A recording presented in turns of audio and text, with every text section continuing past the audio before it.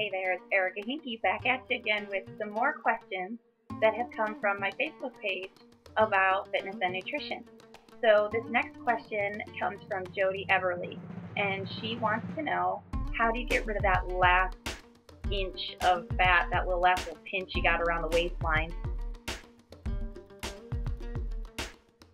Jody, this is probably something that every single person wants to know. It's the hardest last little bit of fat to get rid of, and honestly, it is the hardest one, that last little bit, to maintain. So you can lose it, but if you're living a regular lifestyle and you're not training for specific events or sports or things like that, it's really hard to keep that weight off when you're just living an average normal lifestyle of being healthy, exercising, and eating right for the most part, 90% of the time, but maybe not, really going hard and heavy for, the long term. So it's really hard to go that strict of a diet, but ultimately, to answer your question, to get rid of that last little inch, is exercise and diet. I keep saying this over and over. I know everybody does. It's a broken record, diet and exercise, diet and exercise. But for that last little bit that you're trying to get rid of, if you've got, like, say, a class reunion or a wedding you're trying to cut weight for and you want to really slim down, you can do that by starting anywhere from 2 to maybe 4 weeks out from the event and really restricting your calories.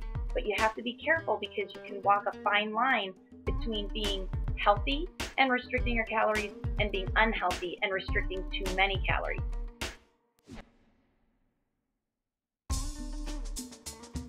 So you have to be very careful what you're doing, and also, of course, maintaining your exercise regimen where you're exercising at least 6 days a week and you're putting in cardio and really high calorie burning exercises and workouts into your program. So on top of restricting your calories and increasing the intensity of your workouts, you'll lose that weight, but as I said before, it's going to be really hard to maintain that level of fitness over the long term unless you're a professional athlete or an Olympian, something like that.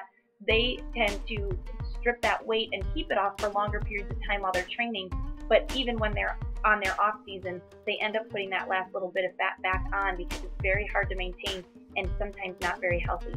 So I know you're probably looking to trim down just a little bit more. Just keep doing what you're doing. Exercise as much as you can, giving yourself at least 1 rest day a week, and then maintaining a nice healthy diet where you're staying accountable to the calories you're bringing in and always trying to burn more than you take in so that you can keep losing that little bit of fat.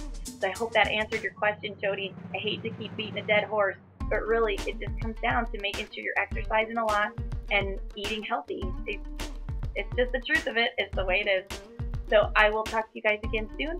I hope you have a great day, and stay tuned for the next question.